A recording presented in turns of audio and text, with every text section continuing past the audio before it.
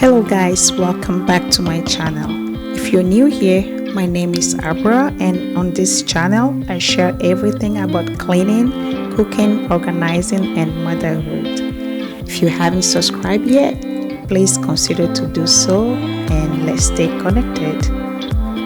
I'm not here for you to blow your one and only chance.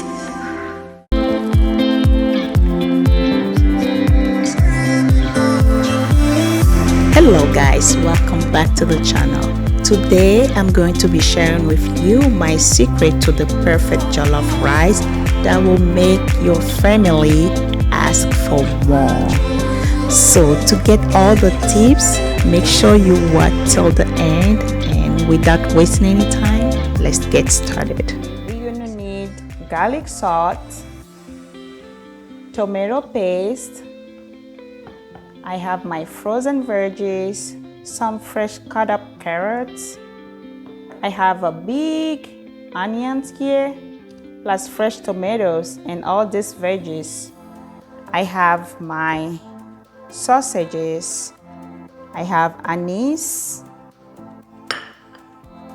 ginger, garlic, which I have already pre-made here. So in this bowl, I have the anise, garlic, and ginger, plus onion.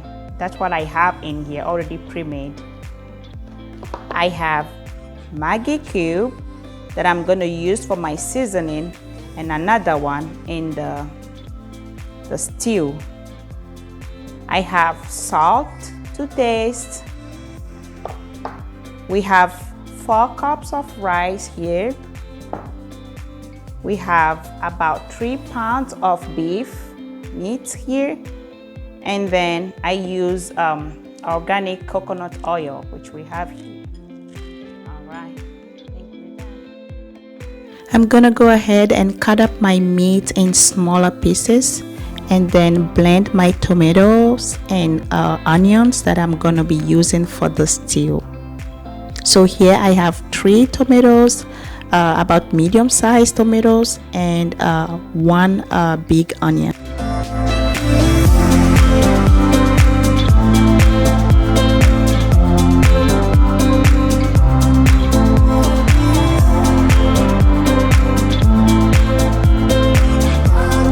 Going to start cooking my meat, and one of the main ingredients for a tasty jollof rice is the meat broth or stock.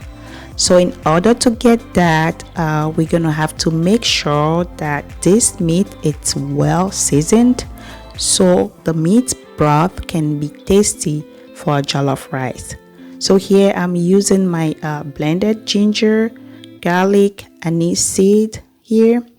I am going to add about 1 teaspoon salt to taste, because I'm going to use a garlic salt that already has salt in it, so I want to make sure I go easy on the salt.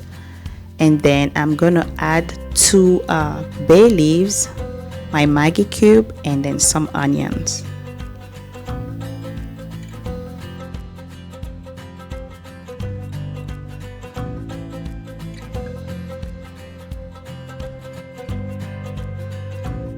And of course my water.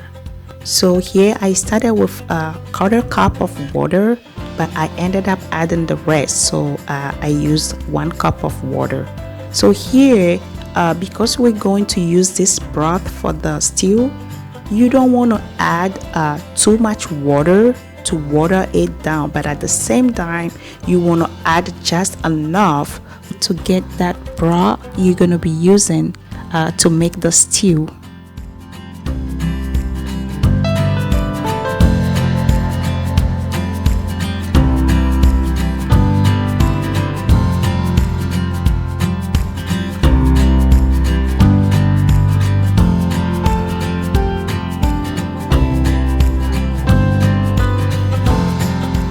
I have been cooking my meat for about 10 minutes now.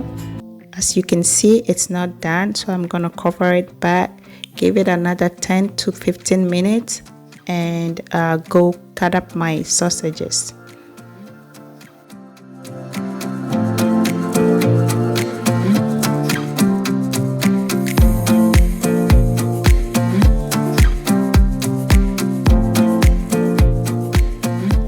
has been 15 minutes and my meat is ready and tender. And now look at this broth. Look at that. That's what I was talking about.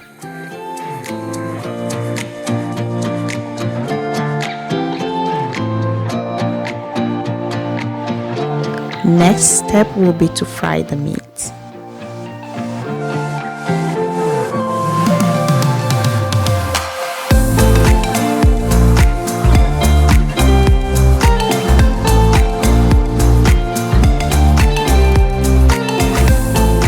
And guys, another tip or secret is to use the oil you use to fry your meat to cook your stew. Yes, believe it or not, that meat has left this oil with some flavor that just gonna take your stew to another level. Another important step is to make sure you do not burn your tomato paste.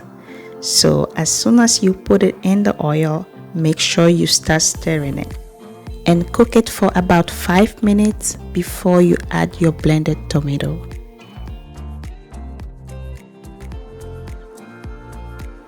After that, I let my stew cook for about 15 to 20 minutes, and now I'm adding the broth from the meat. So guys, the biggest secret to a tasty jollof rice is how you make your stew. And yes, if you make your stew tasty, I guarantee you 100% that you won't miss your jollof rice. It will come out amazing and delicious. So make sure your stew is loaded with all the flavors it can get, and that's when our broth comes in handy. Add that broth to that stew and you see it will just take your stew to another level.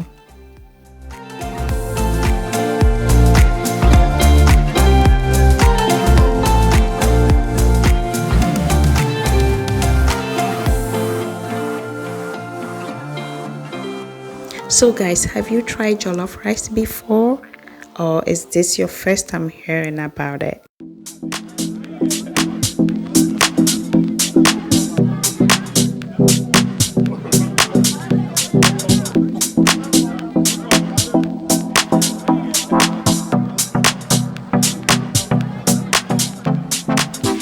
After cooking my rice for 5 minutes, I'm checking it, and I know you might think it looks like it needs water, but trust me, it doesn't.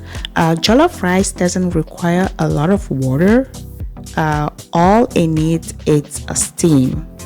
It just needs a steam to cook. So what we're gonna do here is to cover it with a tin foil and then cook it for about another 10 to 15 minutes. So because we don't want soggy jollof rice and veggies, you want to wait until your rice is halfway done before you introduce your veggies to it. So that's what I'm doing here, and then after that I will make sure I give it a good stir and then cover it back for another 5 minutes.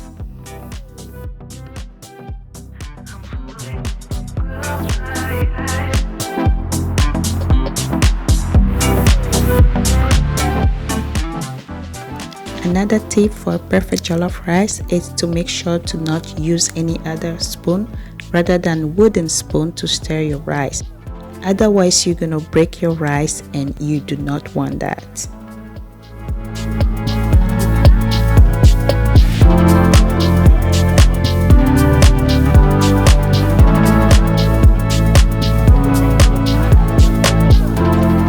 It has been 5 minutes now, and our jollof rice is ready to be served. So I did not use any other spoon rather than the wooden spoon until it's time for me to transfer my jollof rice into my tray.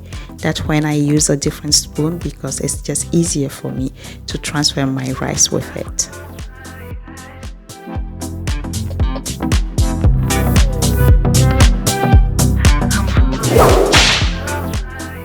That's all for today's video. You guys let me know if you're going to try this recipe at home.